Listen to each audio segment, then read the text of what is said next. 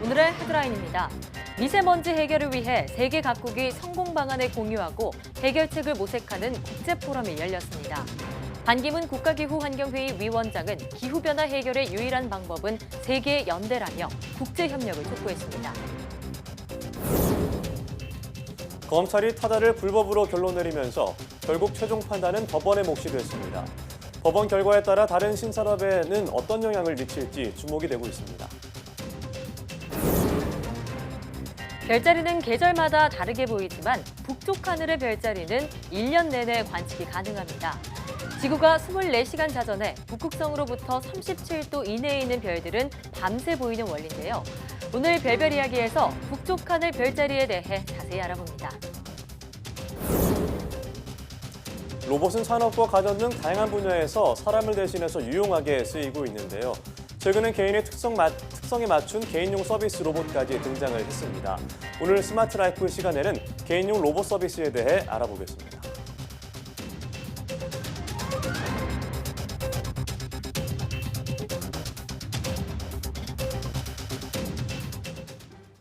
여러분 안녕하십니까? 사이언스 투데이입니다. 미세먼지와 기후변화에 대응하기 위해 전 세계가 한자리에 모였습니다.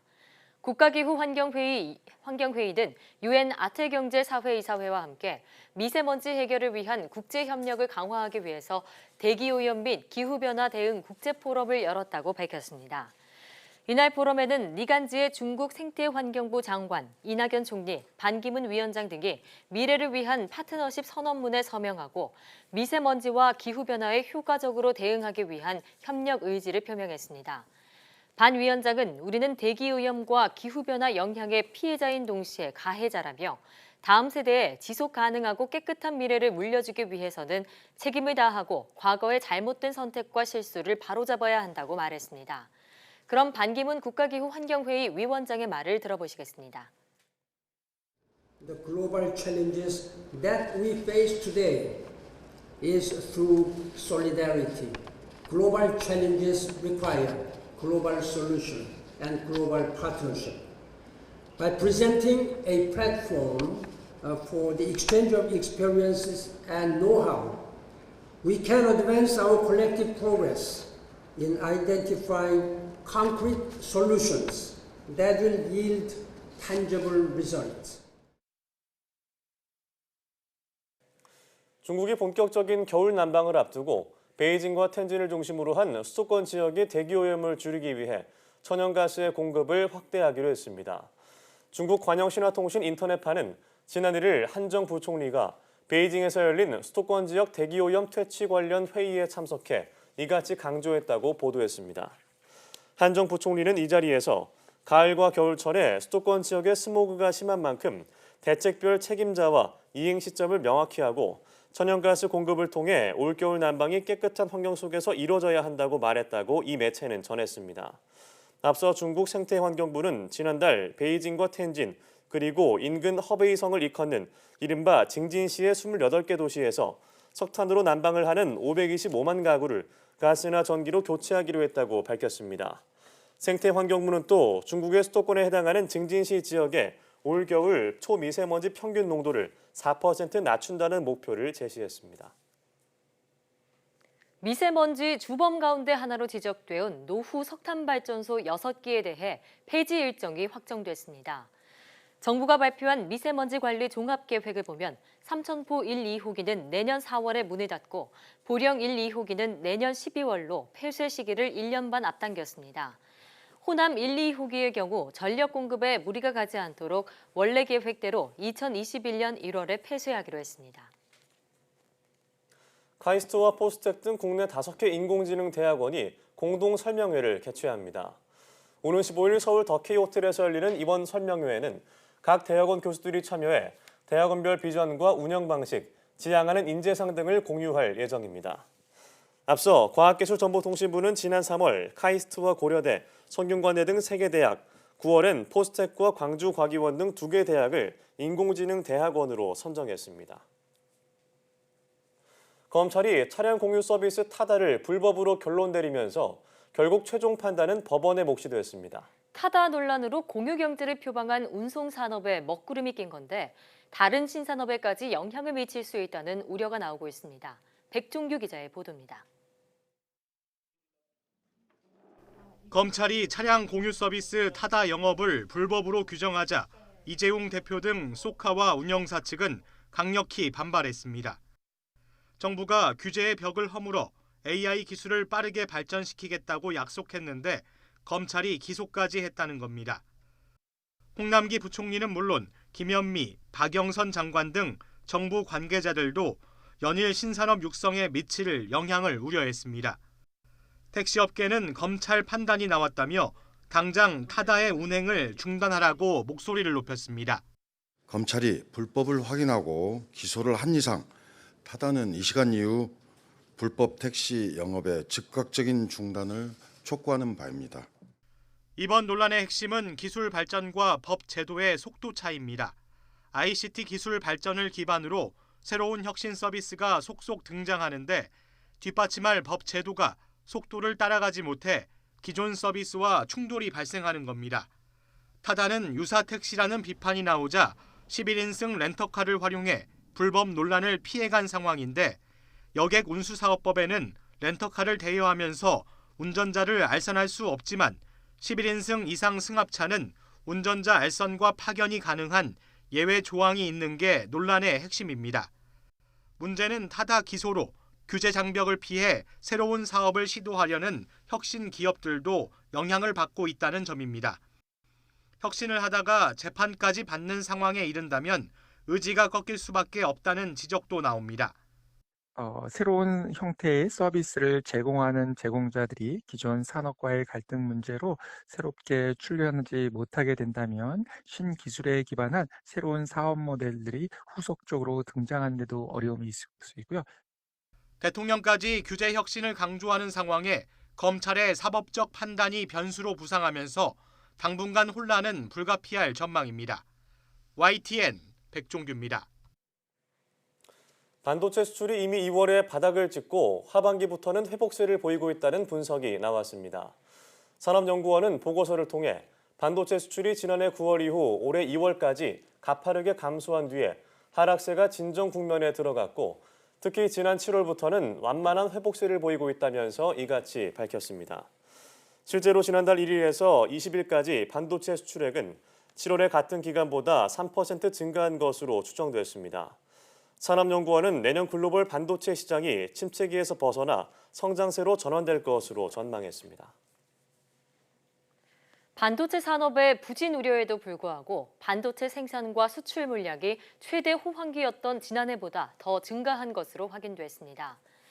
산업통상부와 한국무역협회 자료를 보면 지난달 1일부터 25일까지 반도체 수출 물량은 2,557톤으로 지난해보다 16% 늘어난 것으로 잠정 집계됐습니다.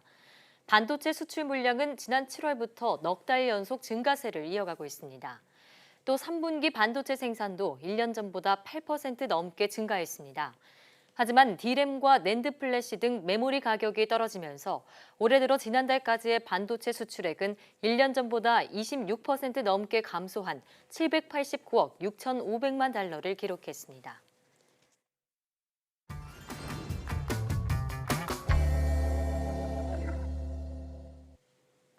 별자리는 계절마다 다르게 보이는데요.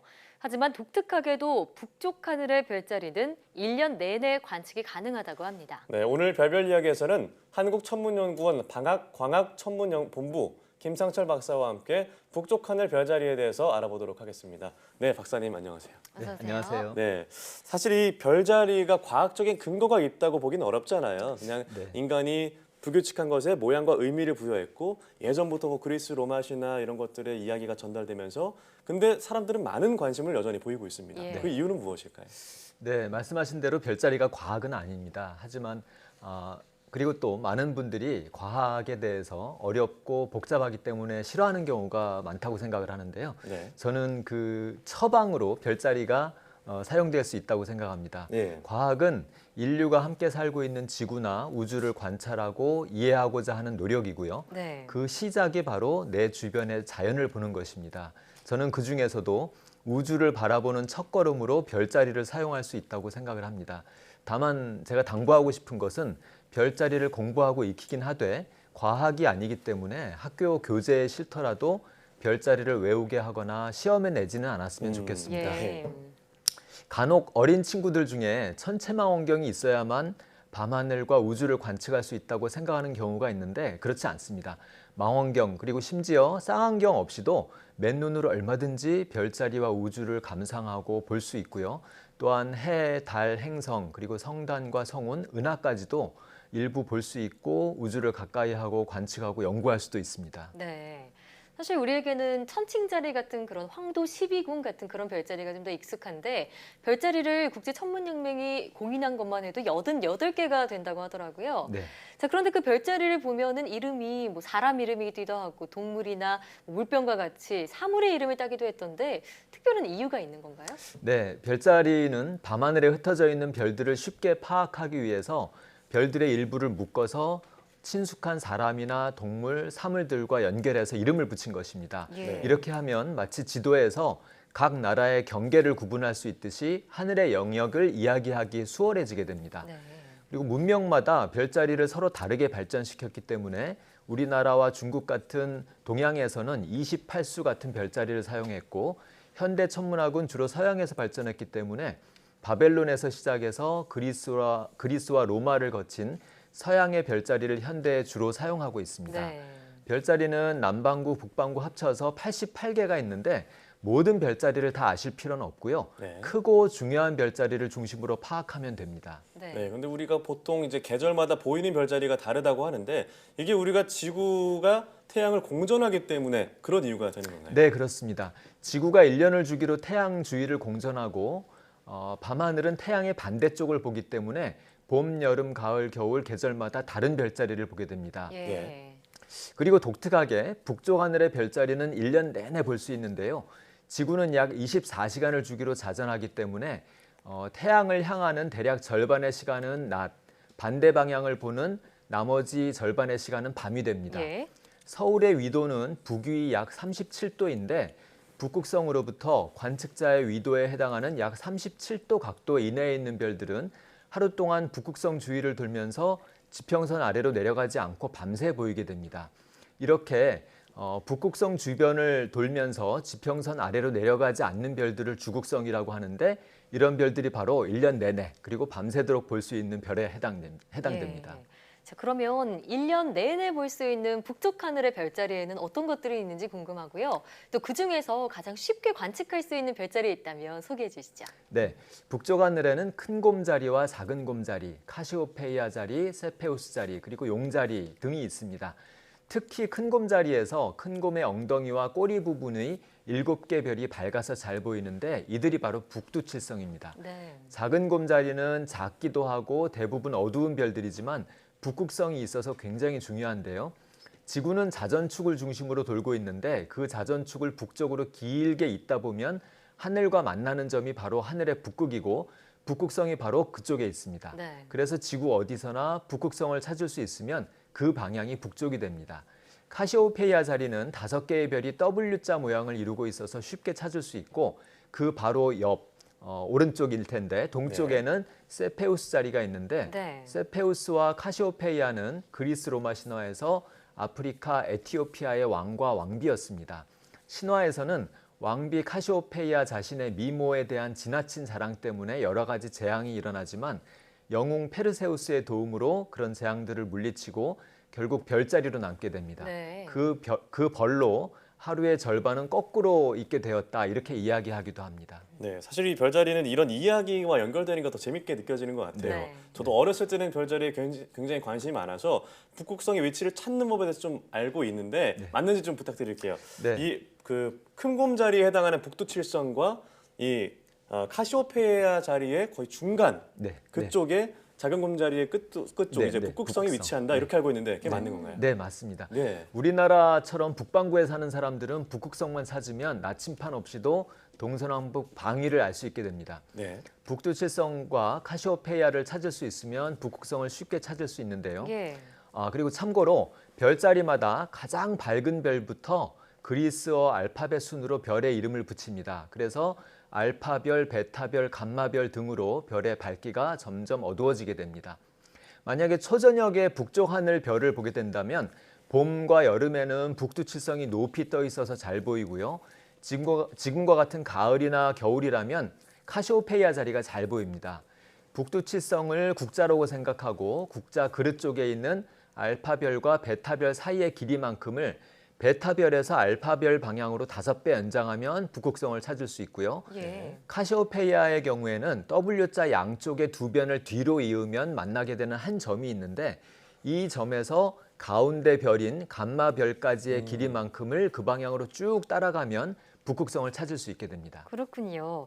저는 또 이 북극성을 나침반으로 활용하는 법을 좀 조사해 왔는데 북두칠성을 바라봤을 때 오른손, 그러니까 오른쪽이 동쪽이고 바라보는 쪽이 북쪽이다. 이거 맞는 건가요? 맞습니다. 네. 그렇군요. 또 계절별로 별자리마다 특징적인 도형들이 있다고 하는데요. 이건 어떤 얘기인가요? 네, 계절별로 가장 밝은 별들을 이용해서 특징적인 도형을 그릴 수 있는데 이 도형을 찾으면 각 계절의 별자리들을 쉽게 찾고 익힐 수 있습니다. 네. 봄을 특징 짓는 도형은 봄철의 대곡선이라고 부르는 활 모양의 커다란 곡선인데요. 북두칠성의 휘어진 손잡이를 휜 채로 쭉 따라가면 목동자리의 알파별인 아크투루스를 만날 수 있고요. 네. 계속 남쪽으로 따라 내려가면 처녀자리의 알파별인 스피카라는 별을 만날 수 있습니다. 예. 이렇게 북두칠성의 손잡이부터 아크투루스와 스피카를 잇는 이 곡선을 봄철의 대곡선이라고 부르는데 아주 밝은 별들이기 때문에 찾기 쉽고요. 이 도형들을 찾으면 큰곰자리, 목동자리, 처녀자리는 물론이고 자연스럽게 그 주변 별자리들을 찾을 수 있게 됩니다. 여름철에는 백조자리의 대네브, 검은고자리의 직녀, 독수리자리의 견우성을 잇는 커다란 직각삼각형을 여름철의 대삼각형이라고 부르고요.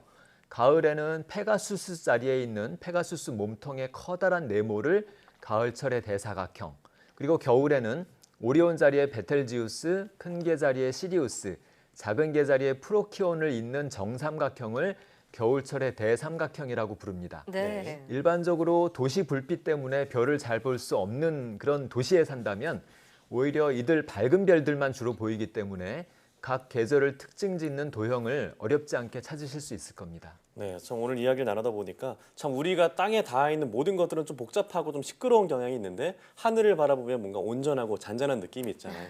저도 어렸을 때 그런 동심으로 돌아가서 오랜만에 별자리 한번 찾아보도록 하겠습니다. 네, 네, 오늘 말씀 고맙습니다. 네, 잘 들었습니다. 감사합니다.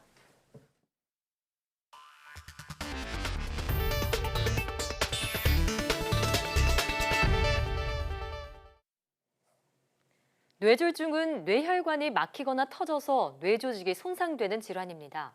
사망률도 높고 일단 발생하면 뇌 손상이 계속 진행돼 1시간 안에 수술이나 치료를 꼭 받아야 하는데요. 네, 이 뇌졸중 재활 치료에도 이런 골든타임이 필요하다고 합니다. 김정회 기자입니다. 구영길 할아버지는 2달 전 뇌졸중 수술을 받았습니다. 당시 할 수 있는 건 누워있는 것뿐. 말하지도 움직이지도 못했습니다. 하지만 한 달 만에 상당히 회복됐습니다. 아무것도 걸음도 못 걸었죠. 혼자서는 아무것도 못했어요. 적기에 재활 치료를 받은 효과입니다.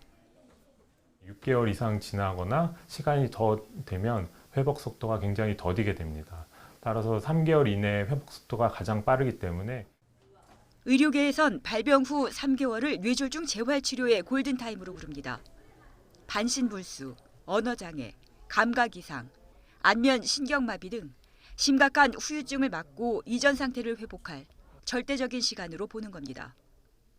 과거 뇌는 한 번 손상되면 재생이 안 된다고 여겨졌지만 주변부나 반대쪽 뇌로 기능을 대체하거나 도와줄 수 있다는 연구 결과가 많습니다. 재활치료의 시작 시기는 신경과, 신경외과, 재활의학과 간 협진을 통해서 결정하는데 대개 응급 상황을 넘기면 바로 시작합니다. 증상에 맞춰 진행하는 게 중요해 마비가 왔다면 근력과 근지구력 향상에 초점을 맞추고 음식물을 삼키는 기능이나 일상생활에 필요한 동작들도 집중적으로 훈련합니다. 재활의 가장 큰 목표는 환자 이전 상태의 기능 회복입니다. 이전에 본인이 하시던 일이나 일상생활 동작, 활동들을 똑같이 하실 수 있게. 개별적인 운동을 고려한다면 처음에는 앉았다 일어서는 동작부터 시작하고 스스로 걷게 되면 보행 보조기구를 이용하는 게 좋습니다. 또 추운 날씨에 야외 운동을 하다간 다치기 쉬운 데다 다치면 재활도 잘 안 되고 예후도 좋지 않아서 운동을 시작할 때는 반드시 의료진과 상의하는 게 필요합니다. YTN 김정혜입니다. 네, 건강검진 해보신 분들이 가장 힘들어하시는 게 아마 내시경일 텐데요.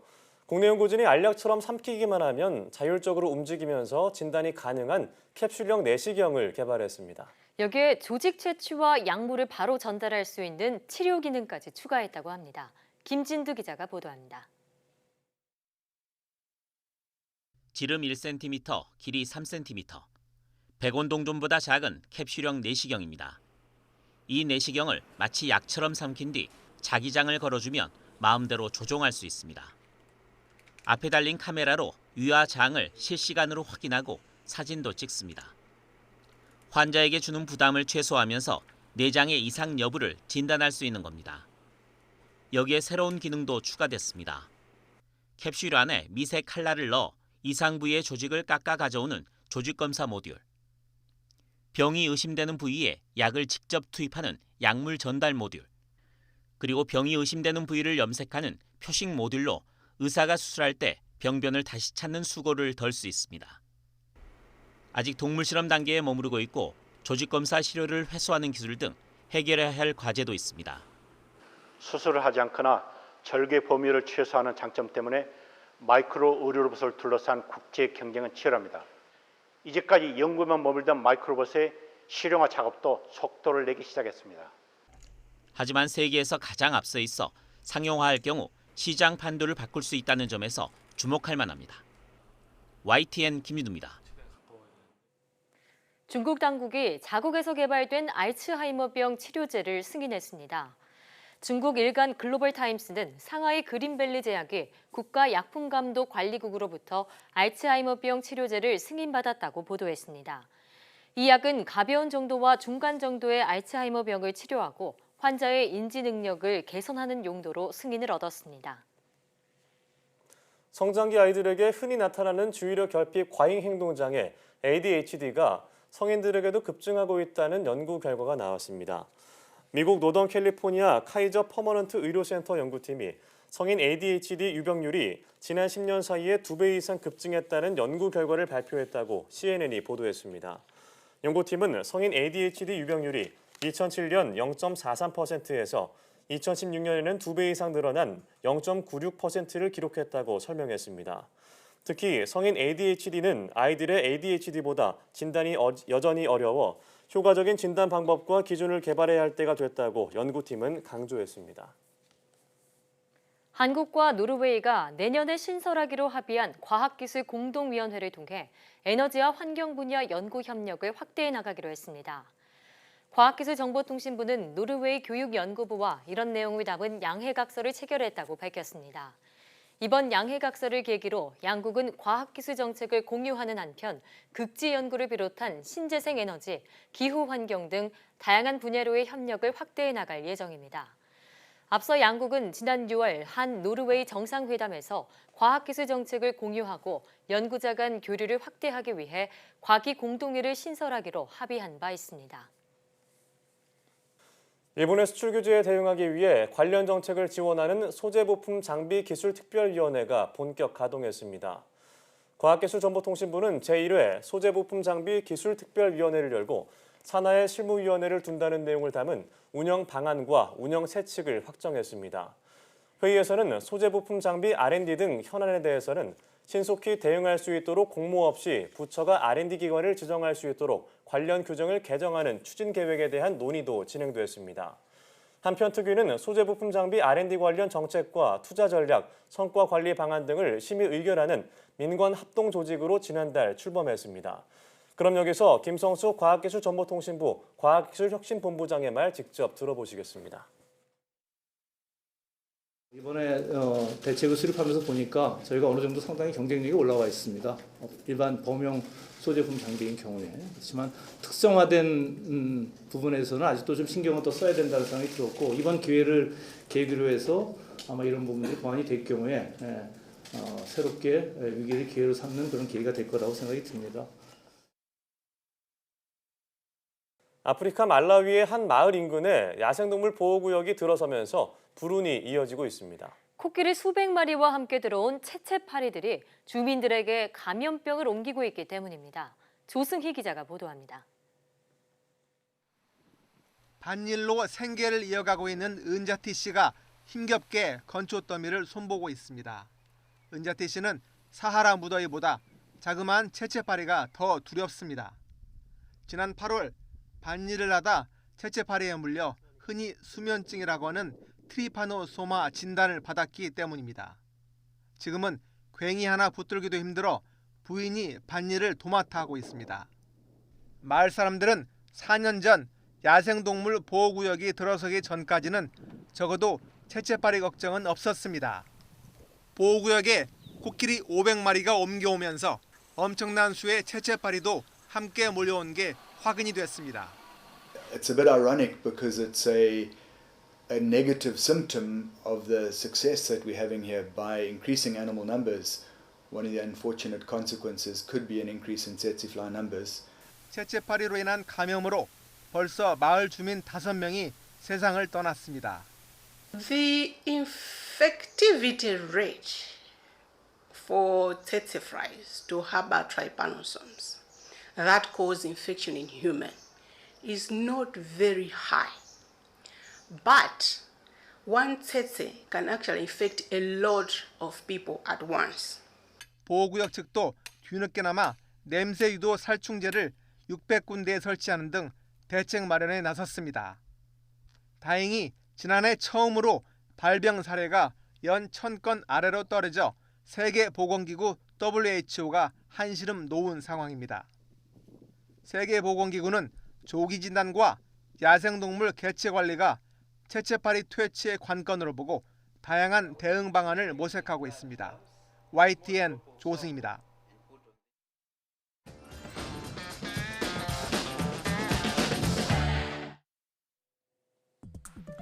한 주간 화제 뉴스를 뽑아보는 사이언스 핫5 시간입니다. 지난주 시청자들의 눈과 귀를 사로잡은 과학 뉴스는 어떤 것일까요? 5위부터 만나보시겠습니다.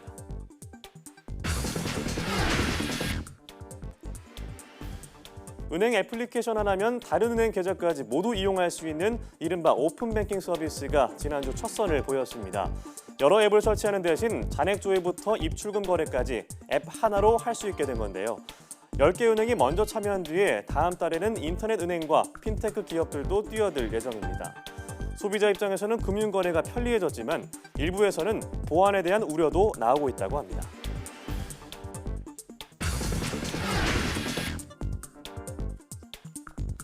4위는 인공지능이 스타크래프트2에서 다시 한번 사람을 넘었다는 소식입니다. 구글 딥만두에서 만든 인공지능 알파스타가 이용자들 가운데 상위 0.2% 안에 든 건데요. 지난 1월 사람과의 1대1 대결에서 완승을 한 뒤에 한 단계 더 발전한 알파스타. 이번에는 시야와 반응 속도를 사람과 비슷하게 제한을 했는데도 완벽한 승리를 거뒀습니다.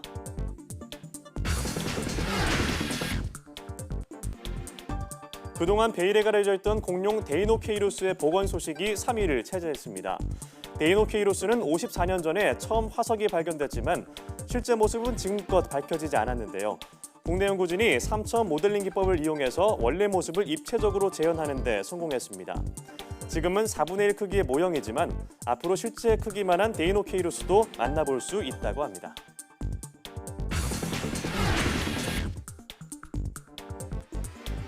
구글이 세계 최초로 양자 컴퓨터를 개발했다고 밝혔습니다. 양자 컴퓨터를 이용하면 현재 슈퍼컴퓨터가 만년에 걸려 풀 수 있는 문제를 단 3분 20초 만에 해결할 수 있는데요. 아직 상용화까지 넘어야 할 산이 많지만 신약이나 신소재 개발 등 다양한 분야에서 획기적인 발전을 가져올 수 있을 것으로 기대가 됩니다.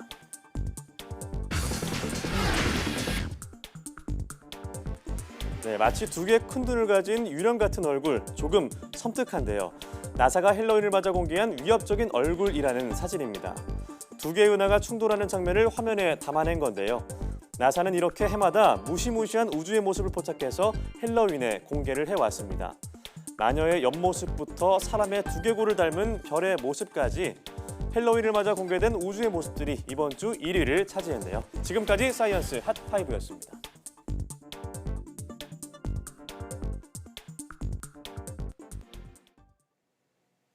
바다 위를 떠도는 플라스틱 쓰레기들은 지구 건강에 갈수록 큰 골칫덩이가 되고 있습니다. 이런 쓰레기들이 바다에 닿기 전에 강에서 처리하는 특수 배가 제작됐는데 이미 아시아 각국에서 운용되며 호응을 얻고 있다고 합니다. 김희준 기자가 보도합니다. 강물 위를 가득 떠다니는 플라스틱 오리 인형들. 바다로 흘러들면 해양오염의 주범이 됐을 이들을 배 한 척이 막아서더니 집어 삼킵니다. 쓰레기가 배바닥 수거함에 가득 차면 근처 관리자에게 메시지가 전송돼 처리됩니다. 25살 네덜란드 청년이 개발한 플라스틱 청소선입니다. We designed the nose to be able to deflect big objects like trees, which obviously we don't want to get into the machine for damage prevention. 부유하는 플라스틱 쓰레기가 바다로 흘러 심해에 쌓이기 전에 강에서부터 수거하도록 설계됐습니다. 동력은 태양광 발전입니다. 해양오염으로 몸살을 앓는 베트남과 인도네시아, 말레이시아 등에 이미 배치됐는데 반응이 꽤 좋습니다. It's being used about 1.5 months in the river, and it's doing very well, collecting the plastic bottles and all the garbage. 전문가들은 매년 900만 톤의 플라스틱 쓰레기가 해양에 유입되며 이들 중 90%가 전 세계 10대 강에서 흘러드는 것으로 추산합니다. 해양 생태계와 인체까지 위협하는 것은 물론입니다. Our goal is to tackle those 1,000 rivers in 5 years' time. 한 대 가격은 우리 돈 9억여 원. 만만치 않은 비용이지만 상용하면 그 비용이 줄어들고 쌓여가는 해양 플라스틱의 경제적 폐해를 줄일 것이란 기대가 나옵니다. YTN 김유준입니다.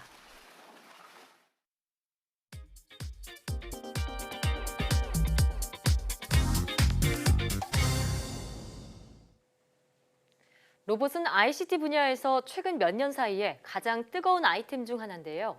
이런 추세에 맞춰 다양한 개인용 서비스 로봇 기술이 등장하고 있습니다. 네, 오늘 스마트 라이프 시간에는 개인용 로봇 서비스의 전망에 대해서 이야기 나눠보겠습니다. IT 칼럼니스트 이온 씨와 함께합니다. 네, 안녕하세요. 안녕하세요. 네, 요즘 뭐 눈만 감았다 뜨면 과학기술이 발전하는 것이 체감되는 요즘인데요. 근데 우리 삶을 좀 바꿔놓을 것 같은 이 개인용 로봇의 시장은 생각보다 좀 시장의 발전이 크지 못한 것 같습니다. 그 이유는 어디에 있을까요? 원래 이런 로봇 분야, 그러니까 하드웨어 분야 같은 경우는 좀 예측이 굉장히 좀 어려운 그런 부분이 있습니다. 네. 생각보다 이제 만들기도 좀 굉장히 좀 어려웠던 그런 부분들도 있고요. 또 이제 어떤 발전이 좀 느렸던 부분이 있는데요. 예를 들어서 이 개인용 로봇의 선구자로 알려졌던 지보라는 로봇이 있습니다. 이게 사람과 소통하는 일종의 소셜 로봇이었는데요. 이게 자연 언어 그러니까 사람의 언어를 자연스럽게 이해하는 기술을 탑재하고요. 또 사람의 얼굴을 인식해서 개개인을 구별하는 그런 기능까지 탑재했던 그런 로봇이었거든요. 근데 이게 2012년에 발표가 됐는데 계속 이 발매가 연기가 되다가 2017년에 겨우 발매가 됐어요. 근데 이렇게 제품을 내놨는데 영 팔리지가 않았습니다. 이 $899로 가격이 조금 비싼 데다가 기능이 별로 많지 않았던 거죠. 게다가 이 발매가 연기된 사이에 지보에서 기대했던 기능들을 구글이나 아마존, 애플에서 내놓은 인공지능 스피커에서 거의 다 이제 가져가 버리기도 했었고요. 결국 발매 1년 만에 사업을 접고 말았습니다. 그렇군요. 사실 지보는 처음 펀딩에서 목표 금액을 훌쩍 넘길 정도로 굉장히 큰 기대를 모았었는데 결국 좌초되고 말았는데요. 다른 개인용 로봇 사정은 어떤가요? 다들 좀 사정이 좋지는 않습니다. 그래요? 이 장난감 로봇 코즈모와 벡터로 유명했던 안키라는 회사가 있습니다. 근데 이 회사 같은 경우도 올해 5월에 파산했습니다. 그리고 이족 로봇 분야의 상징적 존재였던 혼다의 아시모라는 로봇이 있거든요. 이 아시모도 공식적으로 개발이 중단됐고요. 독일의 이 메이필드 로보틱스가 만들던 가정용 로봇 쿠리가 있습니다. 근데 이 쿠리 역시 비슷한 신세입니다. 또 굉장히 유명한 일본의 페퍼라고 있는데요. 페퍼 같은 경우는 3년 임대로 이제 계약을 했었는데 계약이 끝나니까 이 계약을 종료한 기업이 좀 대다수다라고 합니다. 처음에는 호기심에 주목을 받았는데요. 비싼데도 좀 쓸만한 기능이 없다 보니까 사람들이 좀 외면을 하고 있는 그런 상황입니다. 네, 이 로봇 업체들이 어떤 높은 수준의 소비자의 벽을 넘지 못한 게 아닌가라는 생각이 드는데 이 정도면 뭐 개인 로봇의 어떤 시장이 열려 있다기보다 닫혀 있다고 보는 게 맞는 거 아닐까요? 꼭 그렇지만은 않을 것 같습니다. 네. 비록 이 로봇들이 좋은 성과를 거두지는 못했지만 좀 좋은 씨앗을 뿌려줬다 이렇게 얘기를 할 수 있거든요. 네. 처음 나왔던 개인용 로봇은 스마트폰처럼 굉장히 많은 일을 하려고 했던 그런 특징이 있습니다. 다만 요즘 나오는 개인용 로봇은 아예 스마트폰이 아니라 피처폰이 돼가고 있는 이런 상황입니다. 그러니까 잘할 수 있는 일 하나만 잘하는 그런 로봇이 되어가고 있단 말이죠. 네, 그렇군요. 자, 그러면 최근에 나온 로봇들은 분명한 하나의 강점들은 있다는 얘기인데 잘하는 일이 뭔가요? 예, 망한 회사들이 제시한 개념은 예. 물려받으면서 망하지 않는 법을 찾고 있다. 이렇게 보셔도 좀 될 것 같아요. 네. 예를 들어서 이 지보 같은 경우는 가정용 소셜 로봇이라고 제가 말씀드렸잖아요. 예. 인공지능이 탑재되어서 가족 개개인을 인식하고 그다음 사진을 찍어주거나 일정을 알려주거나 아이들에게 동화도 좀 읽어주는 그리고 자기 감정도 표현할 수 있는 이런 로봇이었거든요. 근데 요즘 나온 이 로봇이라고 있습니다. 로봇은 여기서 비서 기능을 빼고 오로지 사랑받는 역할을 맡기 위해서 태어난 애완 로봇입니다. 예, 머리 위에 달린 센서로 주변 상황을 인식을 하고요. 인공지능을 탑재해서 여러 상황에 즉시 이제 반응을 하거든요. 약간 펭귄 같기도 하고 귀엽네요. 그렇습니다. 이 눈으로 감정을 나타내기도 하고 심지어 체온도 있어요. 로봇이 따뜻합니다. 예, 그리고 어떤 소리를 내기도 하는데요. 제품 자체는 솔직히 좀 꽤 하이테크 기술이 좀 탑재가 됐습니다. 근데 하는 일은 사람과 같이 노는 게 전부입니다. 네. 예, 이런 로봇을 어디다 쓸까 싶은데 발매 3분 만에 매진됐습니다. 또 이 비서 기능은 인공지능 스피커가 가져가고 로봇은 오로지 귀여움에만 집중을 했는데 성공을 한 거죠. 네, 저 머리 위에는 센서만 조금 작아지면 좋겠다는 생각이 드는데요. 자, 그만큼 이 생명은 아니지만 따뜻하다라는 컨셉을 갖고 있다고 알고 있는데, 자, 반려 로봇이라고 하잖아요. 이 반려 로봇은 또 어떤 게 있을까요? 그동안 이 로봇을 엔터테인먼트 쪽으로 어떻게 활용할 것인가 여기에 대해서 좀 고민을 다들 많이 했었거든요. 근데 막상 찾은 방법이 이 반려 로봇인 겁니다. 최근 들어서 반려 로봇이라는 이름에 걸맞게 외로움을 달래줄 수 있는 어떤 이 동반자나 아니면 대화를 주고받을 수 있는 친구 개념의 로봇들이 많이 다양하게 개발되고 있는 추세인데요. 사실 이런 반려 로봇의 가능성을 가장 먼저 보여준 것은 아이보라는 로봇계였거든요. 뭐 하이테크 장난감이라면 장난감이라고도 부를 수 있는 그런 로봇계였는데요. 나중에는 파로라는 이름을 가진 심리치료용 로봇이나 아니면 이런 페퍼가 등장한데도 큰 영향을 끼쳤다라고 합니다. 방금 화면으로 보신 이 아이보 같은 경우에는 10여 년 만에 재출시가 되기도 했고요. 지난해. 그리고 말씀하신 뭐 파로와 페퍼까지 반려동물도 계속해서 반려용 로봇도 진화해 나가는 것 같아요. 일종의 사업은 망해도 아이디어는 계속 살아있다 이렇게 얘기할 수 있는 거죠. 작년에 선보진 이 새로운 아이보 역시 이 개념을 물려받았는데요. 이 망한 집어처럼 이 가족 개개인을 알아봅니다. 그리고 반려동물처럼 가족에게 서로 다르게 반응을 합니다. 이 페퍼나 로봇이나 이 새로운 아이보까지 요즘 나온 로봇은 사람을 먼저 알아보고 반응한다는 이런 특징이 있는 건데요. 이 로봇도 현재 꽤 큰 인기를 얻고 있어요. 그러니까 가격이 300만 원인데 3만 대가 넘게 팔렸거든요. 한국에도 이런 소셜 로봇을 만들고 있습니다. 이 토르에서 만들고 있는 리쿠라는 로봇인데요. 사람 아기를 닮은 반려 로봇으로 로봇 기능보다는 좀 감성에 집중한 것이 특징입니다. 이 로봇 역시 이 사람의 감정을 인지하고요. 이 사운드 유형을 구별해서 목소리의 주인을 구별할 수 있다라고 합니다. 또 이 사람이 대하는 태도에 따라서 이 로봇의 성격도 서로 다 달라진다라고 그러네요. 네, 그럼 앞으로 이 개인용 로봇이 이런 반려 로봇 형태로 계속 이어갈까요? 그렇지는 않을 것 같습니다. 이게 원래 그 개인용 로봇 시장에서 개인용 로봇 시장 따로 있고요. 여기에 하나 더 추가돼서 늘어나고 있는 이런 분야인 거거든요. 이 서비스 로봇 시장은 크게 개인용과 전문용으로 나뉘는데요. 전문용 로봇 시장이 일단 훨씬 크고요. 개인용 로봇 분야에서 가장 많이 팔리는 것은 청소 로봇입니다. 또 앞으로는 세계적으로 고령화 사회에 이미 진입할 거기 때문에 노동자를 돕는 이런 로봇이 많이 이 시장을 주도할 거다라고 예상되고 있고요. 다만 큰 트렌드를 보면 제조용 로봇에서 서비스형 로봇으로 어떤 연구의 중심이 옮겨가고 있는 것은 확실합니다. 거기에 더해서 인공지능을 이용해 로봇을 보다 똑똑하게 만들고 사람과 함께 일하거나 아니면 생활한 형태로 만들고 있는 것도 보이고요. 또 많은 사람이 쉽게 로봇을 만들 수 있는 플랫폼도 나오고 있습니다. 소셜 로봇은 이런 변화에 어울리기 때문에 많이 나온다라고 생각하시면 될 것 같습니다. 예, 자 그럼 말씀하신 반려 로봇이나 뭐 청소 로봇 외에 개인용 로봇 하면 또 어떤 게 있을까요? 좀 굉장히 많은 종류가 있는데요. AI와 접목된 장난감 로봇이나 아니면 교육용 로봇 등이 있습니다. 또 나 대신 아바타 역할을 해줄 수 있는 텔레프레젠스 로봇도 나올 수가 있고요. 또 사람 대신 음식을 해줄 수 있는 개인용 조리 로봇도 있습니다. 이 방간호 로봇도 이제 나올 예정인데요. 올해에는 우리나라에서도 이 LG전자에서 만든 콜로이나 한컴에서 만든 토키 같은 가정용 로봇이 이미 출시되기도 했습니다.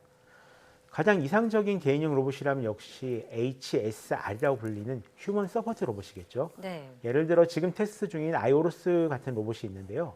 스스로 움직이면서 이 두 개의 손을 이용해서 다양한 일을 할 수 있는 로봇입니다. 네. 원래는 가사 도우미 용도로 만들어진 그런 로봇인데요. 이 가까운 미래에는 이런 로봇이 직접 청소기를 잡고 청소를 한다거나 아니면 이 병간하는 모습을 볼 수 있을지도 모르겠습니다. 그러네요. 자 그러면 앞으로 이런 개인용 로봇들은 어떻게 발전해 나갈까요? 일단은 여러 가지로 발전할 수 있을 것 같은데요. 궁극적인 모습은 아까 말한 휴먼 서포트 로봇이 좀 될 것 같습니다. 예. 다만 여기까지는 시간이 좀 걸릴 거라고 생각을 하고요. 대신 구글 같은 경우도 올해 이 로봇용 인공지능을 이제 무료로 제공하겠다라고 선언을 했고요. 최근에 이 딥러닝을 이용한 로봇 동작 연구가 굉장히 빠르게 진행되고 있는 만큼 조만간 개인용 로봇 온전히 도래할 가능성은 꽤 높습니다. 네. 부품 개발은 이미 좀 많이 이루어졌거든요. 그러니까 지금보다 높은 수준의 가정용 로봇을 곧 만나보시리라고 생각하고요. 다만 가격이 좀 빨리 떨어져야 된다라는 이런 문제가 있습니다. 전 앞으로 한 5년 안에 이런 시대가 오지 않을까 그런 생각을 하고 있습니다. 5년이요. 정말 앞으로 얼마나 우리에게 친숙하게 우리 생활에 다가오게 될지 좀 기대를 해보도록 하겠습니다. 네, 오늘 말씀 고맙습니다.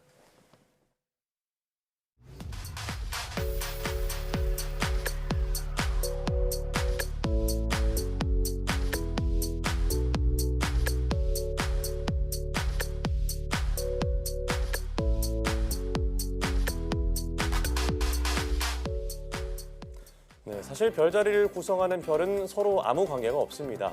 자, 지구에는 우리 눈에 보이는 특정 모양을 만들어냈고 이를 바탕으로 다양한 이야기를 만들어낸 건데요. 네, 하지만 별자리를 통해 예부터 많은 이들에게 방향을 찾아줬을 뿐 아니라 천체의 위치를 표시하는 데도 편리해서 밤하늘의 지도로 활용되고 있습니다. 네, 뿐만 아니라 우리가 밤하늘을 친숙하게 바라보게 된 데 큰 역할을 했고요. 이러한 상상력을 바탕으로 미래의 천문연구원을 꿈꾸게 하는 가장 큰 원동력이 아닌가 싶습니다. 네, 사이언스 투데이 오늘 저희가 준비한 소식은 여기까지입니다. 함께해 주신 여러분 고맙습니다.